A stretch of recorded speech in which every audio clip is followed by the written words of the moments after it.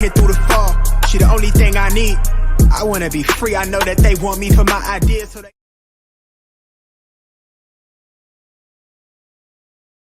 Yo. All right. So, usually you are used to seeing me along with a co-host. My boy Isaac is not here today. Honestly, he didn't even want to talk about this thing. Honestly, for myself, spitting. What's wrong with me? But honestly, just me personally, I didn't want to talk about it because I was so excited about what happened during the pay-per-view. So for those who don't know what I'm talking about, All Out was this Sunday. And Maxwell Jacob Freeman, MJF, made his return to AEW. A lot of people probably were thinking that he would possibly not come back to AEW and just ride his contract out. And then possibly sign a big contract with the WWE and make that jump along with Cody Rhodes. But he made his return back on Sunday, first as a masked man, as the Joker in the the match that I really didn't care for the concept, the Casino ladder match, I think is what they call it. And so once I realized what was going on, I was like, oh, that's Maxwell Jacob Freeman, MJF, showing up. I was like, okay, cool. This is actually something very interesting, keeping me interested. So there were parts in this show I was like, I really want to go to sleep right now because the itis is kicking in. But I was like, no, I need to see because I know MJF is going to show up. I already know it. MJF showing up in the end. So it kept me going. And that moment happened. I was like, okay, now I can sleep happily because I know that one of my favorites in AEW are back and is going to be on TV. Now I'm looking forward to seeing where they go now because I know it's going to be CM Punk versus MJF, which is probably going to be at Grand Slam in Arthur Ashe Stadium. Why did I just do that? I can't see now. But I wake up Monday morning, Labor Day, to a bunch of comments talking about the media scrum. And so, for those who don't know, AEW does a media scrum following their pay-per-views. And I didn't think of it. I didn't think anything of it. But then I saw a lot of people talking about the aftermath and just everything that happened because of it. So I was like, let me go ahead. I saw some of the... Shut up, Jamie. But I saw some of the sound bites. And I was like, you got to be kidding me. Because at that point, I knew what was up. And I want to go ahead and look at it and really talk about it. But before we even get to that point, let's just really bring it all to a point and talk about how we got here. Because I think that is something that really needs to be discussed. So we have this whole thing really started between two guys that we kind of had. A lot of people were making a lot of predictions that there was going to be something between these two. So Colt Cabana had been in AEW for I want to say about 2 years now. Member of the Dark Order. And then last year around this time, CM Punk made his return to pro wrestling, signing the contract with AEW, making his return on the second episode of Rampage, which was also called The First Dance. 3 years? Thanks, Jamie. So I've been corrected. It has been 3 years. Time flies. So, where am I? You messed me up, Jamie. Shut up. Shit. So he makes his return at the second episode of Rampage that was held in Chicago, which they dubbed The First Dance. And so he does all this talking about how he wants to interact and work with all these younger talent. He's done some really good matches. One was with Hobbs. And so now we are here. And nobody was really thinking about it. But if you go back to, I want to say it was probably the go-home show to Double or Nothing. Jamie, if I'm wrong, let me know. But I want to say it was the go-home show to Double or Nothing. And Heyman Page brought up something about workers' rights, which people probably remember his tweets, especially talking about the issue between Mercedes, better known as Sasha Banks, and Trinity, better known as Naomi. So for those who don't know, they walked out on the Raw episode in Norfolk, which I was there, due to some creative differences, and it kind of really killed the mood, as I would know because I was there. And so he had made a lot of points about it. I don't understand how he has all this energy for Sasha Banks and Naomi, where he didn't put any of this energy into the disrespect that his boss and he would gave towards Big Swole. And I have a video that is actually on my YouTube channel, so you can definitely go check that out. Once I redo everything, I will probably be able to link that. But so here he's not defending the title from CM Punk. He's defending AEW from CM Punk. So evidently that was the promo that was went off script. Allegedly, Adam Page went into business for himself. Blah, blah, blah. Now we are at the point where CM Punk wins the title, breaks his foot, has to leave, and comes back. So he returned on a Dynamite. I believe Punk beat Jericho for the title. He really got Adam Page. Now, this is 3 months later. It's 3 months later.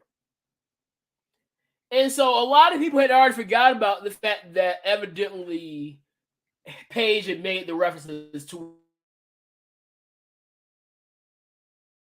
towards about Colt Cabana.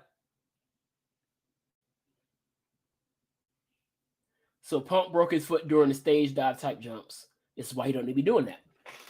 So a lot of people forgot. Oh, again, nobody's really talking about it until he has to bring it all the way back up on the media scrum, which we're actually going to kind of look at a little bit. And let's go ahead and see.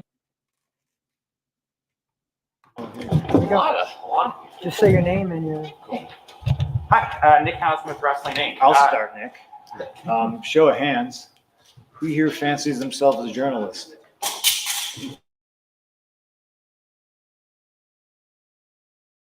You're a journalist? You still do improv? No, not a little bit. No? When you did improv, who'd you do improv with? I did it with Scott Colton. Okay, so you fancy your... I really think he knew about this before he even made that statement. It really feels like he was trying to get to the point where he brought this name up.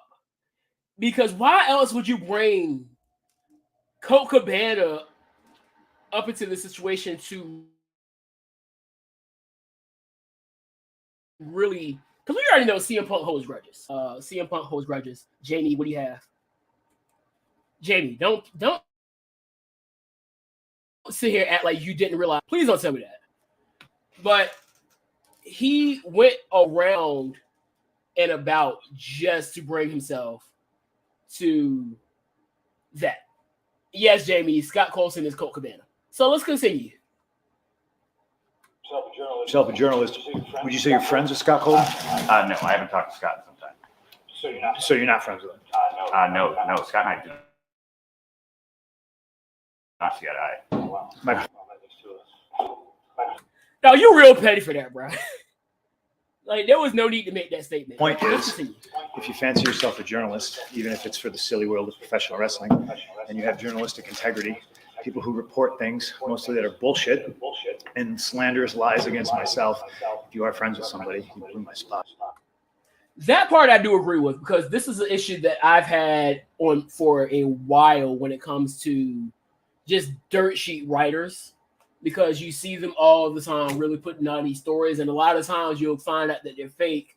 One that I definitely can think of off the top of my head is the Rollins report that Meltzer came out with that would follow one of these Saudi shows where they struck to get back, which led up to the invasion that NXT had leading up to Survivor Series 2019. Yes, 2019. This is Jamie says this is coming from the mouth of a wannabe MMA fighter. I will say this: CM Punk surely does know how to take a beating. I don't ever think anybody's going to confuse him with being a great MMA fighter, but the dude can take quite the beating. So there's that. So let's continue on with if Cabana didn't give him the time and opportunity of Art of Wrestling, Punk would have lost his relevancy. That is a really good point that you're making there too, because a lot of people know a lot of things happen because of that. The Roman Reigns turn, the fans turning on Roman Reigns. So let's continue on. If you're not friends with him, I apologize. It's okay, but you should probably disclose who you're friends with. I'm not friends with. I haven't had anything to do with Scott Colton in almost a decade. Probably wanted nothing. Let me fix this real quick because I know there's an echo coming through, and that's because the sound coming through everything but where I want it to come through. To do with him even longer than that. Nope. All right, let's try that. It's all right, fucking unfortunate that I have to come up here and speak on this when I'm on my time and this is a fucking business. First of all, you didn't have to speak on it because nobody asked you about it. That's my issue here. Nobody came out and said, CM Punk, how do you feel about Colt Cabana? If somebody came out and said that, then yeah, I can understand why you're sitting here going off about the situation. But the fact that nobody even came to you and said anything about Colt Cabana, Scott Colson, whatever you want to call him, it's absolutely ridiculous that you think you need to come out here and make this whole statement that took away from a huge moment that sets up a good feud that you're going to have leading up to the show in Arthur Ashe Stadium. Why I'm a grown-ass adult man and I decide not to be friends with somebody is nobody else's fucking business. But my friends, if I fall backwards, will catch me. Scott Colton, I felt, never would have. My problem was I wanted to bring a guy with me to the top that did not want to see me at the top.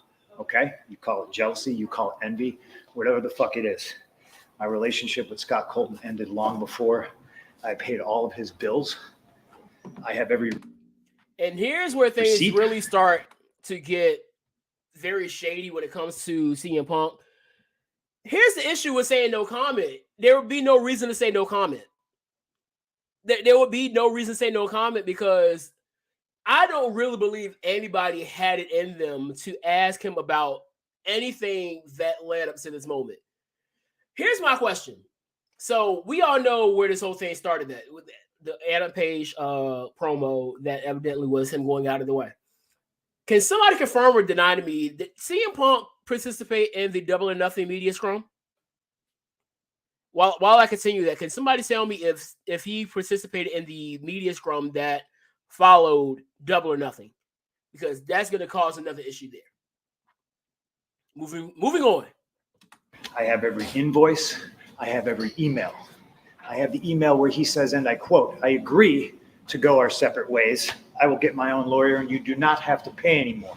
That's an email that I have. The only reason the public did not see is because when I finally had to countersue him through discovery, we discovered he shared a bank account with his mother. No, his mom had nothing to do with this. And this is why I was telling a group of people in the group chat, this is why it is not a good idea to continue to hold grudges for decades on decades and years.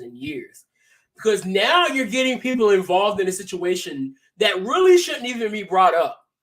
And I'm going to really discuss more about the issue in a little bit, because not only should this never have been brought up to the public eye, and I'm going to go on to Tony Khan in a little bit, but the fact that he brought Colt's mom into this whole situation is absolutely ridiculous to me. And I just don't understand why he thought this was a good idea. That's a fact.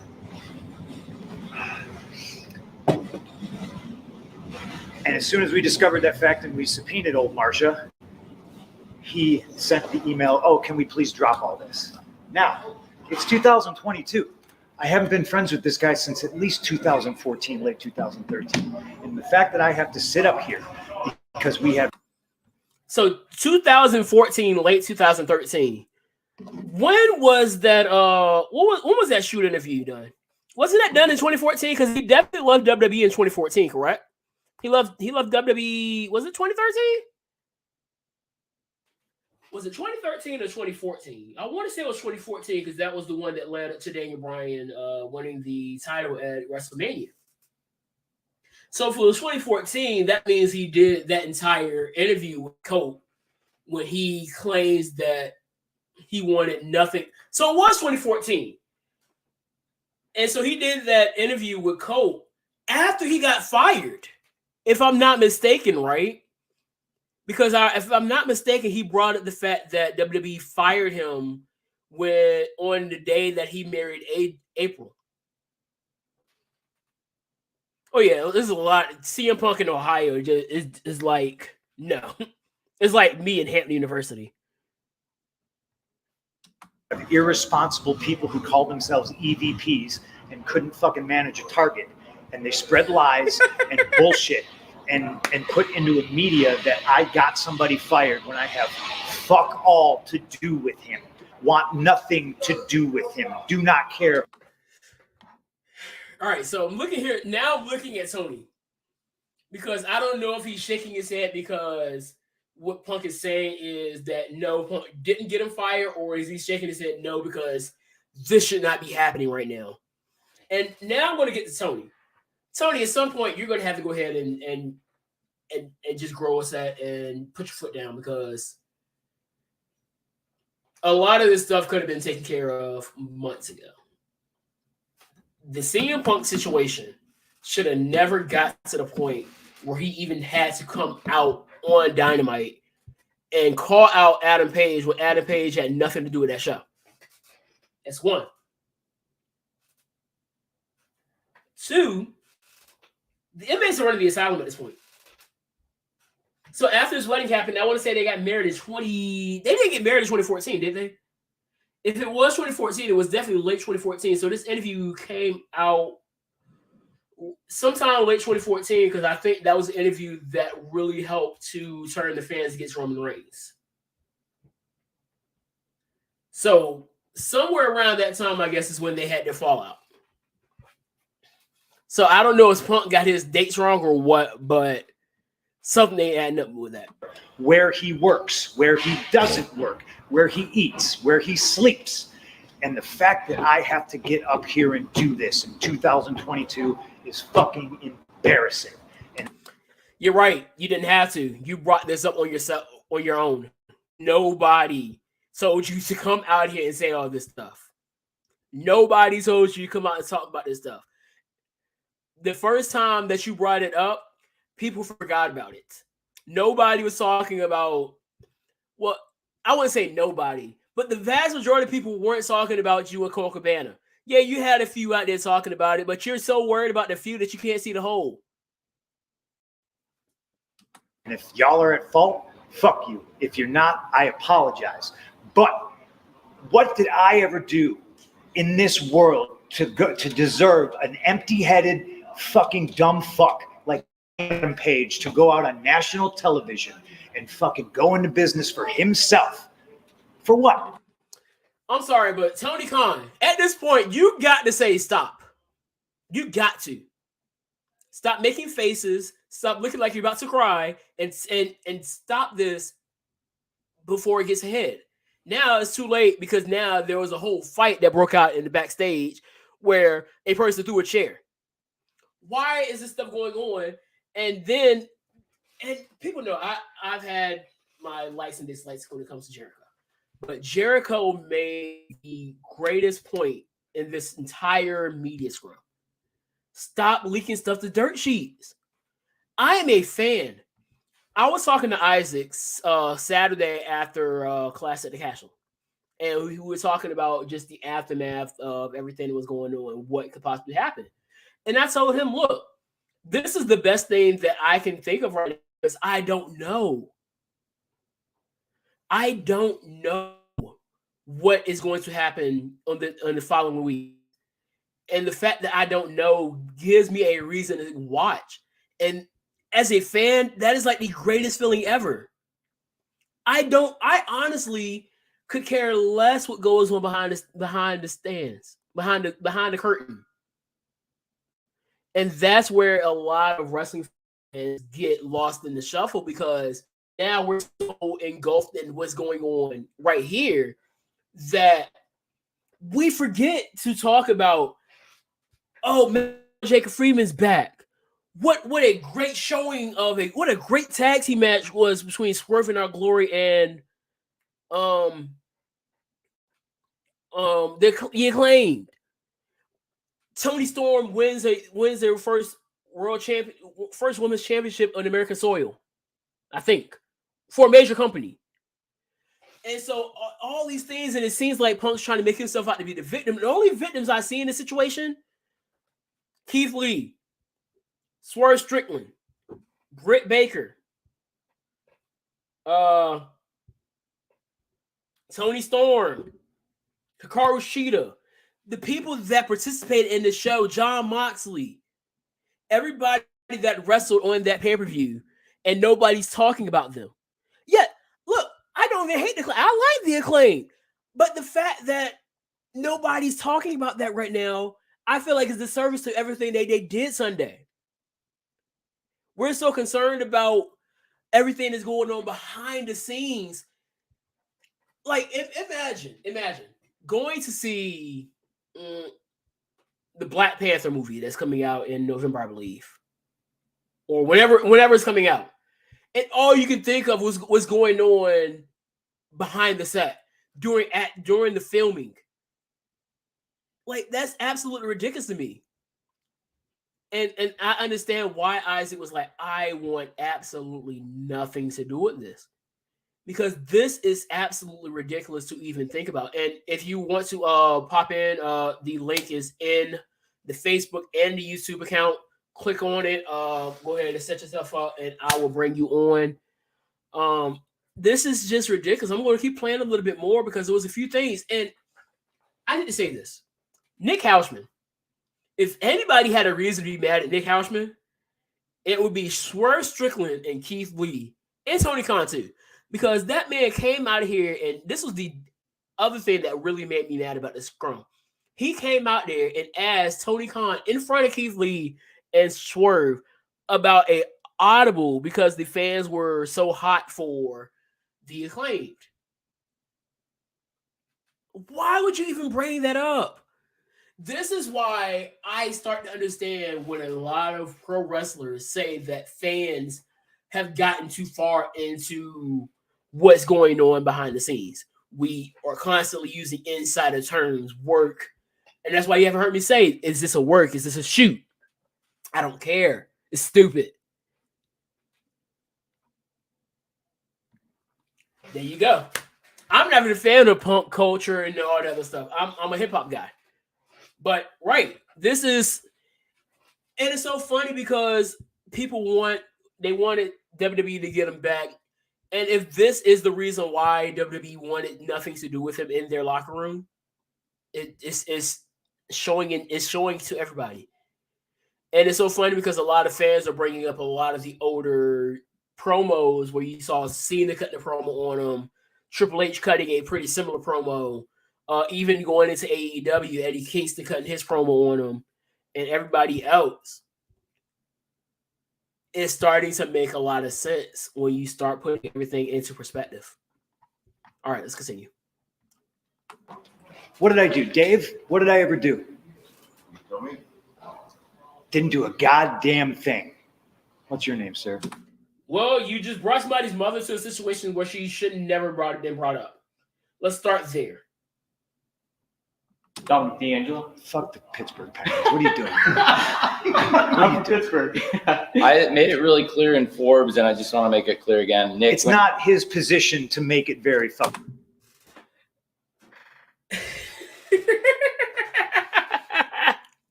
Somebody tell me if you would be able to walk into a conversation, your boss is trying to put something out there, and then you just straight out talk over him like this. See, I didn't even know about that. I did not know about this. But the fact that he just like straight up interrupted Tony Khan like that is absolutely ridiculous to me. Fucking clear. There's people who call themselves EVPs. And deep down, he knows, like, did you just This shit really was none of their talk over me business. like I this? understand sticking up for your fucking friends. I fucking get it. I stuck up for that guy more than anybody. Okay? I paid his bills until I didn't, and it was my decision not to. yeah, but I shouldn't have no commented when Nick first said it. It's my fault, and if I hadn't, it's my fault. It's my I fault. appreciate I that, should have but just taken it head on because you never But said I'm trying to anything. run a fucking business, and when somebody who hasn't done it, All this because you brought it up again, CM Punk. Just keep remembering that. And I said a lot. I wouldn't say all of this, but 90% of this issue and why it's become such a hot topic and why it's become a big issue, it's got to be on CM Punk. It's got to be. There's no other way you're going to sit here and tell me that Punk shouldn't be taking a good amount of the blame here. Because, like I said before, how many people were talking about this while CM Punk was gone? I don't remember seeing a lot of people talking about it. the damn thing in this business jeopardizes the first $1 million house that this company has ever drawn off of my back and goes on national television and does that, it's a disgrace to this industry. It's a disgrace to this company.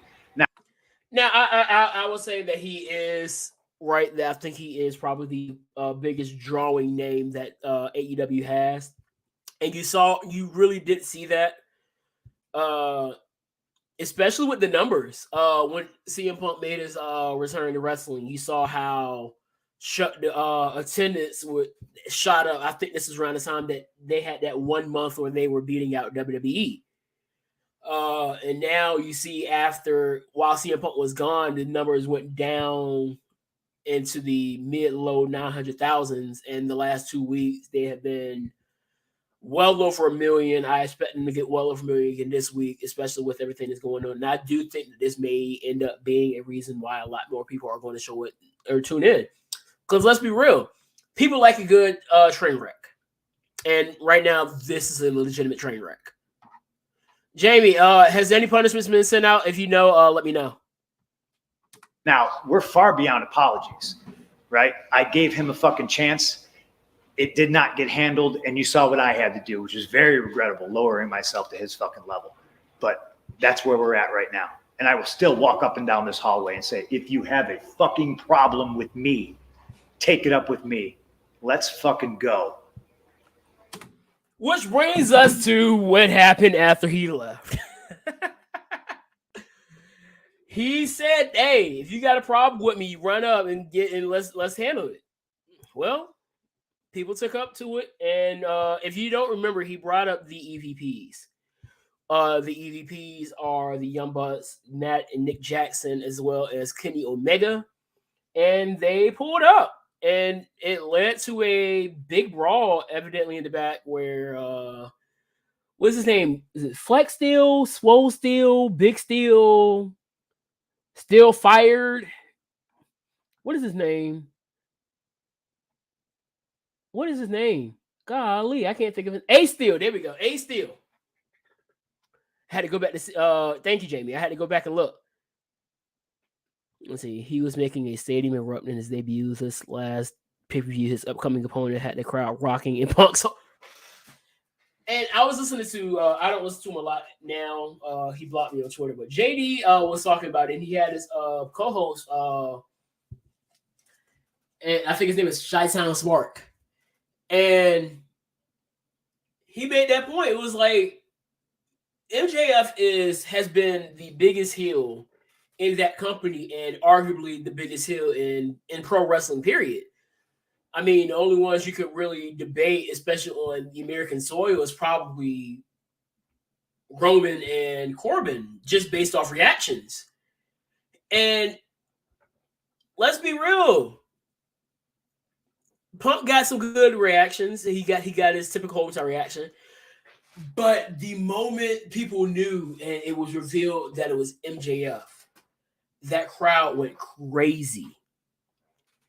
And if you remember the last time MJF and CM Punk were in Chicago during their feud, he got booed like crazy. And so for him to come back into CM Punk's hometown after CM Punk cut that crazy promo on Wednesday about how we are Chicago, could that have possibly been something that set him off?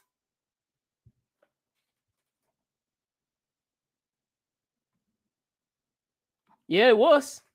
And we know Tony Khan is not afraid to pay money for a song, so that is nothing surprising whatsoever.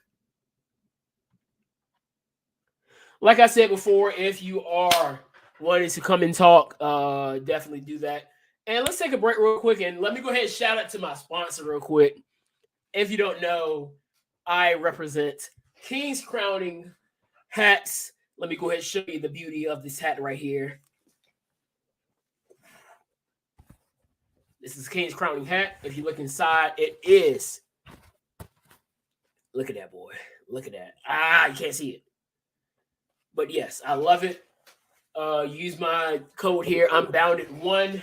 That is a capital U, Unbounded1 for 10% off of your next purchase. They sell brimless hats. They sell dad hats. They sell, I can't even find it right now. But yeah, I got it. This thing right here, I sleep with. This is my King's Crowning crown. Definitely shout out to King's Crowning. I sleep with this. I work out with it. Let me tell you, it's a beauty. It is a great thing to have. When I take it off after working out, my hair is straight up dry. Protects your hair. All my men out there that wants to protect your hair. All my lock brothers, all my brothers rocking waves, rocking the natural fro and everything of that sort. Shout out to King's Crowning. Go ahead, hit them up. Use my code Unbounded1 for 10% off of your next purchase. Let's move on back to our conversation. What's your question, Nick? First of all, you're always very nice to me, and thank you. I wanted to ask about MJF. Obviously, he played a voicemail from you before he came out. Obviously, so Nick was really about to come out here and ask about MJF.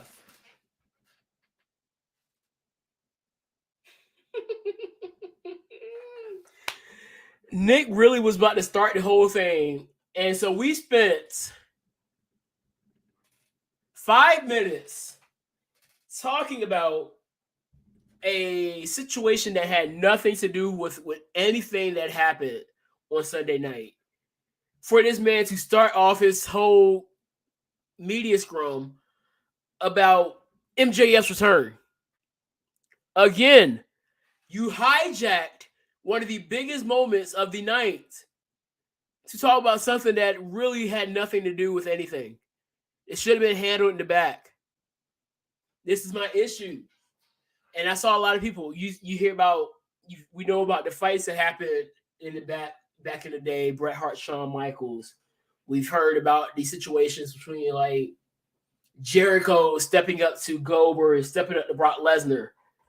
But how many times did you see where said wrestler came out during the situation to air out dirty laundry, which he already had spoken out against, saying what type of person will air out other coworkers' dirty laundry when he just literally did that?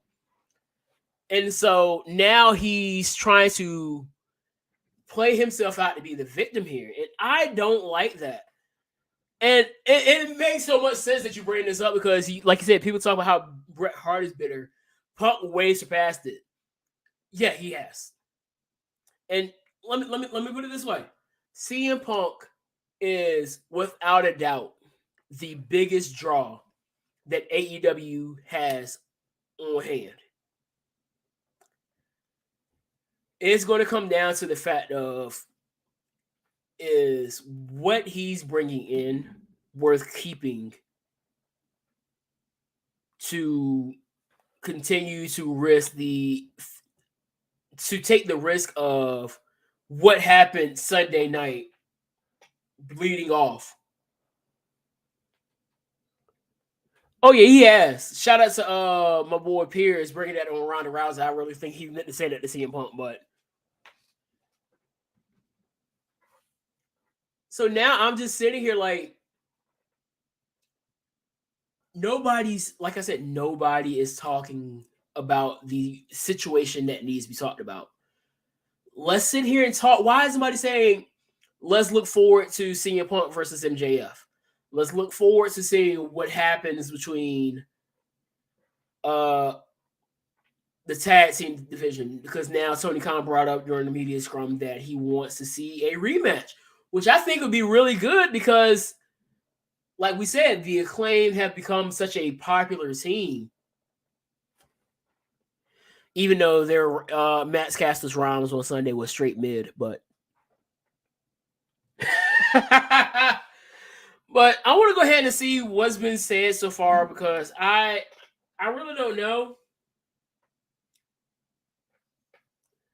So, has anything been done about the situation from this point?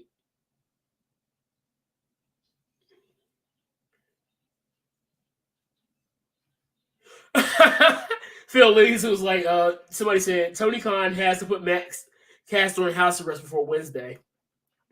Phil Lindsay of the Rhapsody podcast says, Keith and Swerve were never real. They bite our style like they steal. No, if Caster says something like that, I'm turning my TV off. Yo, because I was sitting here, you probably remember me saying this to Isaac, but I was like, I don't understand why Stokely is going after all these guys when, in all honesty, he just needs to manage one guy.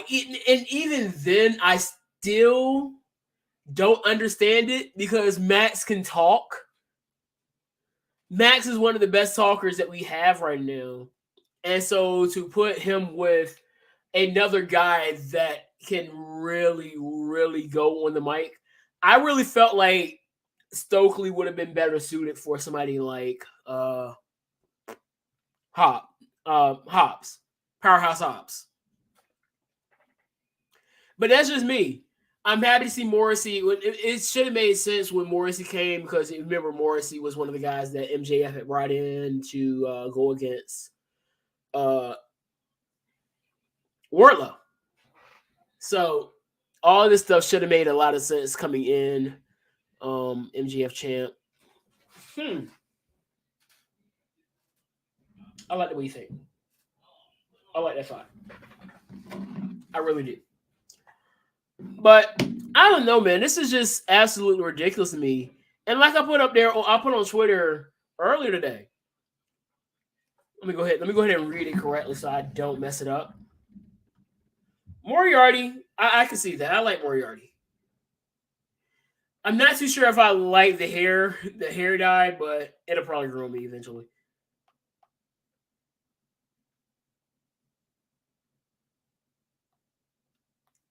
Let me pull this up real quick.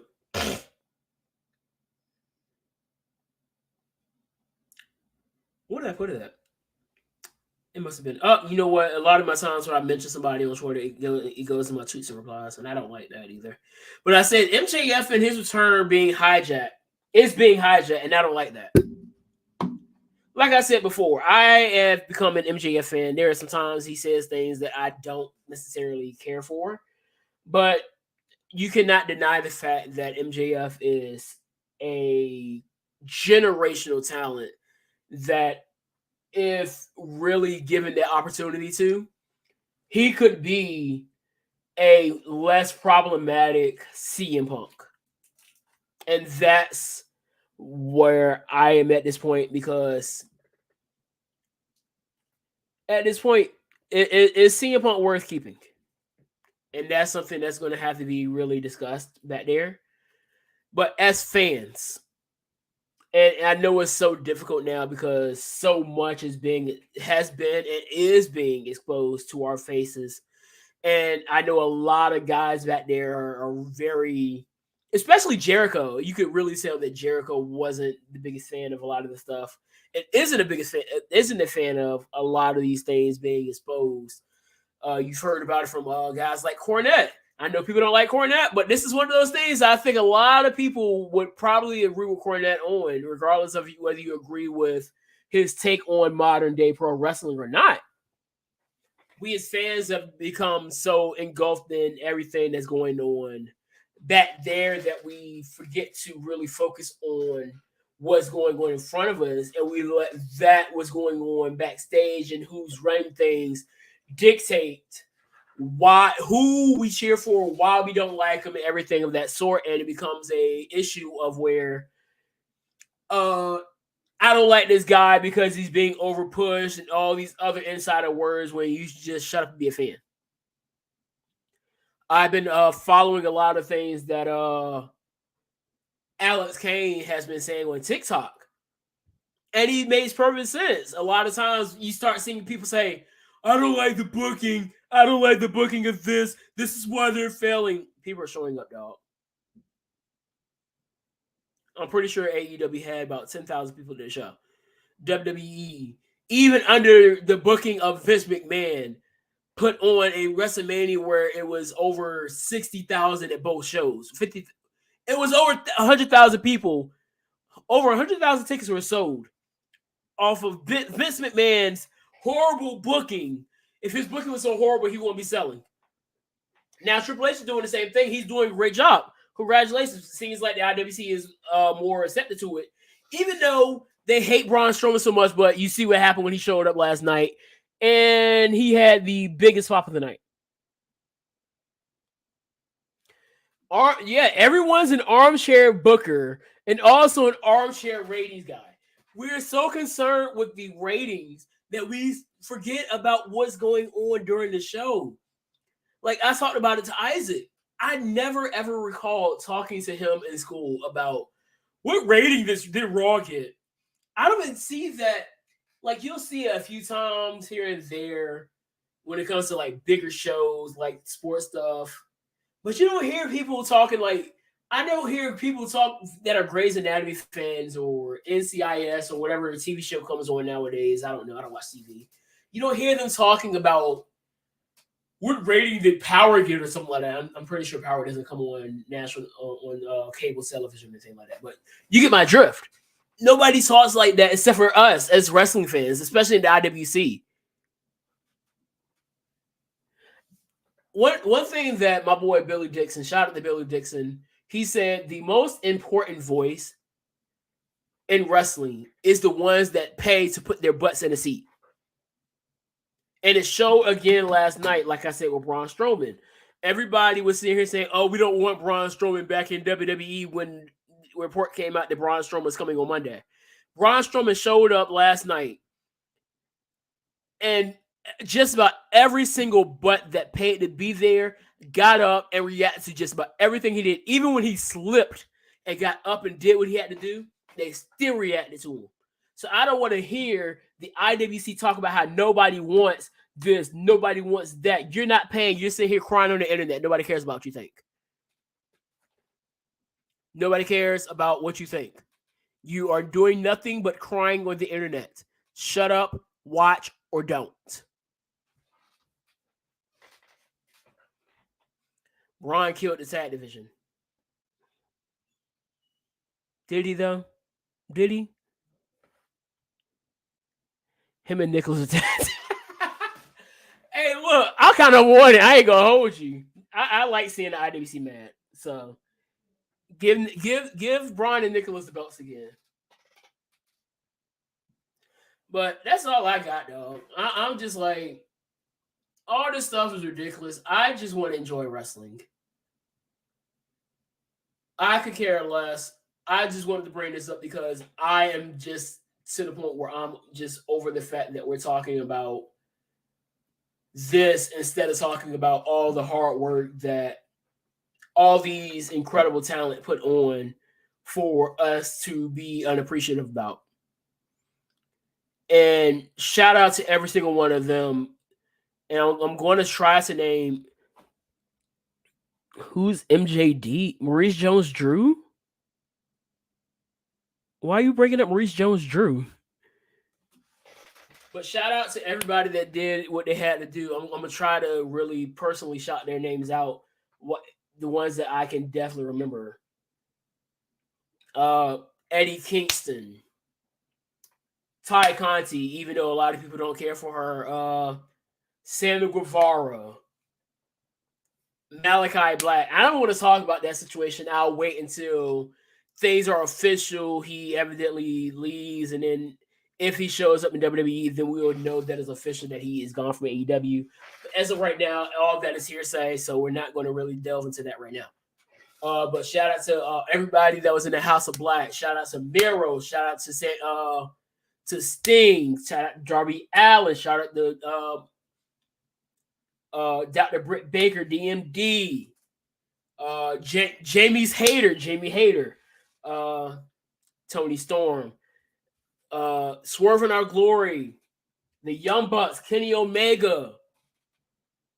Doggone Adam Page. Johnny Hungy and John Silver and Alex Reynolds.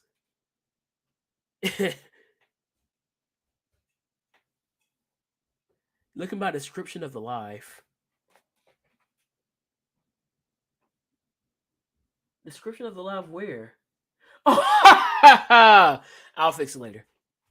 It should say MJF, not MJD. But you know the D is right next to the F, so that's probably why. But everybody, even the ones I forgot, Mox. Shout out to every single one of them for doing what they love and being able to produce and tries to give fans something to really enjoy. That's all I got, dog, because I'm here. I want to give the flowers to the ones that are trying to entertain me at this point. Like the guy had the wrestling sign, the sign at Dynamite Wednesday. Just enjoy wrestling. I'll see y'all later on. We out. Sliding it like a wet flow. Already fried from the get-go. Alligators look like gecko.